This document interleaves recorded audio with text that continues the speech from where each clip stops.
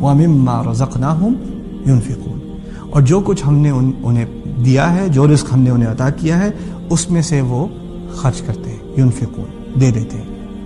اب یہ بھی اصل والی بات سمجھیے، اس میں حکم کیا ہے؟ انفاق کا حکم ہے، دینے کا حکم ہے، خیرات دینے کا، صدقے دینے کا، زکوٰۃ دینے کا حکم ہے، ٹھیک ہے نا؟ لیکن یہ کس اصل کی طرف؟ کوئی بھی حکم ہو تو اس کی اصل سمجھیے۔ نماز کی اصل کیا تھی؟ تقوی پیدا ہوگا، ذکر ہوگا، غیب کی آنکھ کھلے گی، غیب کی طرف آنکھ کھلے گی۔ انفاق کا کی اصل کیا ہے؟ اسی آیت میں ہے، وَمِمَّا رَزَقْنَاهُمْ يُنْفِقُونَ، جو ہم نے انہیں دیا اس میں سے وہ دیتے ہیں۔ تو دیا کس نے؟ اللہ تعالیٰ نے دیا ہے۔ جو خیرات میں کچھ بھی دے گا وہ یہی سوچ کر دے گا کہ یہ میرا اپنا مال نہیں ہے، میں نے اپنی جیب سے جو نکال کے آپ کو 20 دیے یا 50 دیے یا 100 دیے یا یہ چیک لکھا، میں نے جو کچھ دیا وہ میرا نہیں، وہ ایکچولی مجھے دیا گیا ہے اور میں اسی سے واپس دے رہا ہوں، اور وہ بھی دے رہا ہوں تو اس کے فائدے کے لیے نہیں، اپنے فائدے کے لیے۔ وَمِمَّا رَزَقْنَاهُمْ يُنْفِقُونَ۔ پھر دیکھیے، میں آپ کو آسان زبان میں یہ بات سمجھا دوں، بعد میں تفصیل سے آئے گی۔ وہ یہ کہ آپ سمجھتے ہیں نا کہ کبھی کبھار آپ کے بینک میں 2 اکاؤنٹ ہوتے ہیں، 2 اکاؤنٹ آپ کے، ایک ہی بینک کے اندر 2 اکاؤنٹ، اور کبھی کبھار آپ پیسے اس اکاؤنٹ سے لے کے اس اکاؤنٹ میں ٹرانسفر کرتے ہیں، کبھی کیا ہے؟ اب کوئی آپ سے کہے گا کیا کر رہے ہو پاگل، پیسے وہاں ڈال رہے ہو؟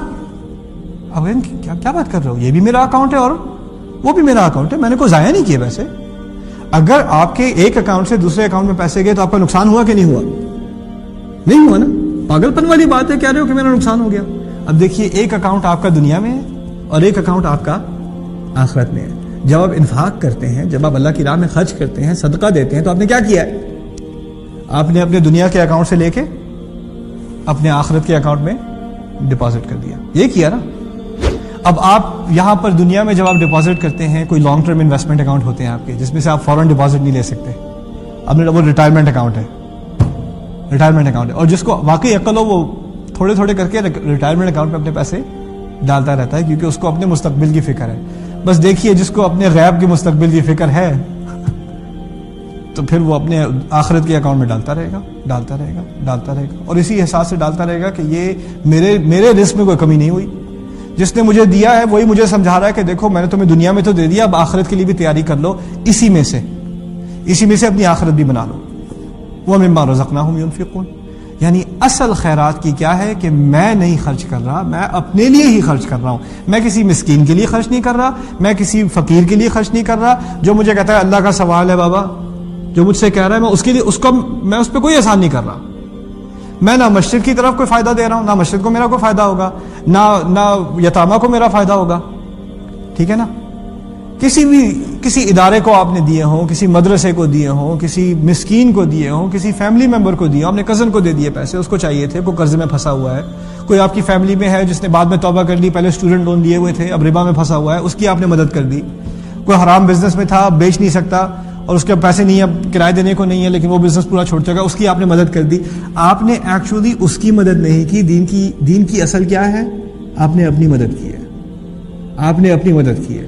اللہ تعالیٰ نے اسے آپ کو اپنی مدد کرنے کا ذریعہ بنایا، اس کو آپ کا شکریہ نہیں کرنا، آپ نے اس کا شکریہ کرنا ہے، آپ نے اس کا شکریہ کرنا ہے۔ اور اگر آپ یہ بھول گئے، اگر آپ یہ بھولے کہ وہ آپ کے لیے نعمت ہے، آپ اس کے لیے نعمت نہیں ہے، اگر آپ یہ کبھی بھولے اور آپ نے کبھی اس سے جا کے کہا کہ دیکھو میں نے تمہاری کیا مدد کی تھی اور تم مجھ سے کیسے بات کرتے ہو، لا تبطلوا صدقاتکم بالمن والاذى، دیکھو تمام کے تمام صدقے تمام 0 صفر بن جائیں گے اگر تم نے کسی پہ احسان جتایا، ساری بات ختم۔ یہ اصل ہے، دینا اصل نہیں ہے، دینے کے پیچھے کیا ذہنیت ہے؟ ذہنیت کیا ہے کہ میں اپنے لیے دے رہا ہوں، یہ اللہ تعالیٰ نے مجھے رزق دیا، میں اسے واپس دے رہا ہوں، وہ بھی اپنے فائدے کے لیے۔ آخری بات انشاءاللہ اور پھر اکتفا کرتے ہیں، اسی سے تعلق رکھتی ہے یہ بات، یہ ہے انسان کے لالچ کے بارے میں۔ وَمَن يُوقَ شُحَّ نَفْسِهِ فَأُولَٰئِكَ هُمُ الْمُفْلِحُونَ، کیونکہ جب دینے کی بات آتی ہے تو ہمارے ہر انسان کے اندر ایک لالچ ہے، اور یہ بچپن سے ہے، یہ کوئی نئی چیز نہیں ہے، ہمارے ہاں یہ انسان کی زندگی میں بچپن سے ہوتی ہے۔ اب میں اپنے بچوں کے ساتھ کافی ایکسپیریمنٹ کرتا ہوں، میرے چھوٹا بیٹا ہے، اس کو میں آئس کریم کھا رہا ہوں، جان بوجھ کے میں نے ایک ہی آئس کریم لی گاڑی میں بیٹھ کے، اب میں کھا رہا ہوں ایک کے بعد دوسرا تیسرا آنے والا میں لے کے، مجھے پوچھے ابا can I have some ice cream, مجھے بھی تھوڑی سی دے دیں ابا، میں کہا نو اٹس مائن ابا، جسٹ ون۔ بہت مسکین بن کے بڑی التجا کر کے, اچھا جسٹ ون ابا just okay you can have it, اس کو پکڑا دی. اب وہ لگا ہوا ہے آئس کریم میں اس کو پورا 1 منٹ میں اس کو لگانے, جتنی جلدی کھا سکتا ہے کھائے گا, دیکھنا آرام سے نہیں کھائے گا کیونکہ اسے پتا ہے ٹائم ختم ہونے والا ہے. تو وہ اگر پوری بھی ہضم کر سکتا ہو اور اس کو حلق سے بھی نہ اترے, وہ پھر بھی کوشش کرے گا ختم کرنے کی, ٹھیک ہے نا. 1 منٹ بعد میں اگر بچے سے کہوں ذرا میری آئس کریم تو واپس دینا, فوراً دے دے گا کیا؟ اسمائن ابا, اب تو میری ابا. اور یہ کہے گا جسٹ 1 منٹ, تھوڑی دیر میں اور ذرا مزہ لے لوں, جو کچھ کھانے کے لائق رہ گیا وہ میں اور فارغ کر دوں, پھر میں آپ کو خالی کون واپس کر دوں گا. رائٹ. بچپن سے ہمارے یہاں کیا, جو چیز تمہارے ہاتھ میں آ جائے نا ایک دفعہ, پھر انسان میں ایک لالچ سی ہوتی ہے کہ میں اس کو کسی نہ کسی طرح پورا ختم کر لوں, اور یہ بھی کہ میری ضرورت سے زیادہ بھی ہو تو بس میں ہی لے لوں, کسی اور کا فائدہ نہ ہو جائے, کوئی اور نہ لے لے, شاید مجھے بعد میں نہ ملے. یہ خیال آتا ہے انسان کو. انسان لائن میں کھڑا ہوگا کسی شادی میں, چکن کی بوٹیاں رکھی ہیں, پہلے پیچھے دیکھا گا کتنے لوگ ہیں یار, وہ تو بڑی لمبی لائن ہے, تو اگر میں نے ابھی 4-5 بوٹیاں نہیں ڈالی, کیونکہ بھوک تو مجھے 2 بوٹیوں کی ہے, لیکن کیا پتا بعد میں شاید 3-4 کی ضرورت پڑ جائے, تو جتنا ڈال سکتے ہو ڈالو, تاکہ 3 آدمی گزرنے کے بعد کچھ بچے ہی نہ, وہ باقی سب شوربہ کھا رہے ہیں اور آپ نے 5-6 بوٹیاں پھینک دیں. کیوں؟ کیونکہ آپ کو مستقبل کی بار بار فکر کہ بھائی میرے لیے پتہ نہیں بچے گا کہ نہیں, کیا بنے گا, کتنا کھانا پھینکتا ہے اس طرح, ٹھیک ہے نا. وَمِمَّا رَزَقْنَاهُمْ يُنْفِقُونَ, آپ کو جو ابھی ملا اور جو بعد میں ملے گا وہ کہاں سے آئے گا؟ اللہ تعالیٰ کی طرف سے آئے گا. جس کے دماغ میں یہ بات بیٹھ گئی وہ ایک بوٹی سے بھی خوش ہے, اسے پتا اگلی بوٹی اللہ تعالیٰ کی طرف سے آئے گی.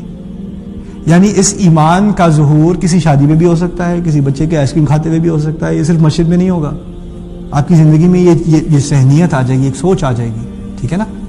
ابھی میں بہت امپریس ہوا, ہماری کمپنی میں کسی کا انٹرویو تھا, ایک لڑکا اپلائی کر رہا تھا, بہت کوشش کر رہا ہے, 2-3 سال سے اپنا ریزیومے بھیج رہا ہے کہ مجھے کسی نہ کسی طرح بینہ میں جاب کرنی ہے, اور ہمارے پاس اوپننگ نہیں تھی.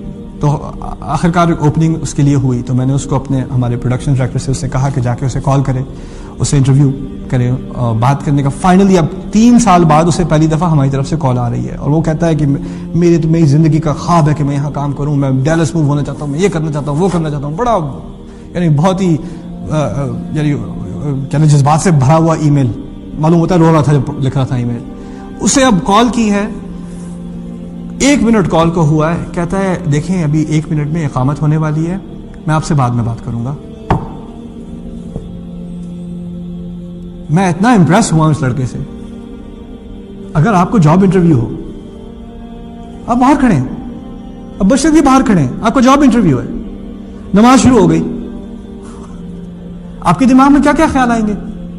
دیکھو دوسری جماعت بھی ہوتی ہے, عربی میں بہت لوگ ہوتے ہیں, پیچھے دوسری جماعت ہو جاتی ہے, ابھی بہت ٹائم ہے, یا دوسری رکعت مل جائے گی, انٹرویو نہیں چھوڑنا چاہیے. نماز تو ہمیشہ ہوتی ہے, انٹرویو ہمیشہ نہیں ہوتا. یہی خیال آتا ہے نا انسان کے دماغ میں, کتنی جسٹیفیکیشن آئے گی کسی نہ کسی طرح, اس کال کو نہ روکو, پتہ نہیں موقع ملے نہ ملے. لیکن ان کچھ لمحوں میں آپ کیا بھول گئے کہ یہ رزق, یہ کال, یہ انٹرویو کہاں سے آیا تھا؟ یہ خدا سے آیا تھا, یہ اللہ تعالیٰ سے آیا تھا. اور یہ کال ڈسکنیکٹ ہو گئی تو اس کال کا کوئی فائدہ نہیں, اس سے کچھ نہیں ملنے والا, اس سے کچھ نہیں ملنے والا. یا الذین یؤمنون بالغیب ویقیمون الصلاۃ ومما رزقناہم ينفقون, جو کچھ انہیں دیا گیا ہے اس میں سے وہ کھل کے خرچ کرتے ہیں. انشاءاللہ تعالی اس سے مزید آگے بات ہوگی. بارک اللہ لی ولکم فی القرآن الحکیم ونفعنی وإیاکم بالآیات والذکر الحکیم. والسلام علیکم ورحمۃ اللہ وبرکاتہ.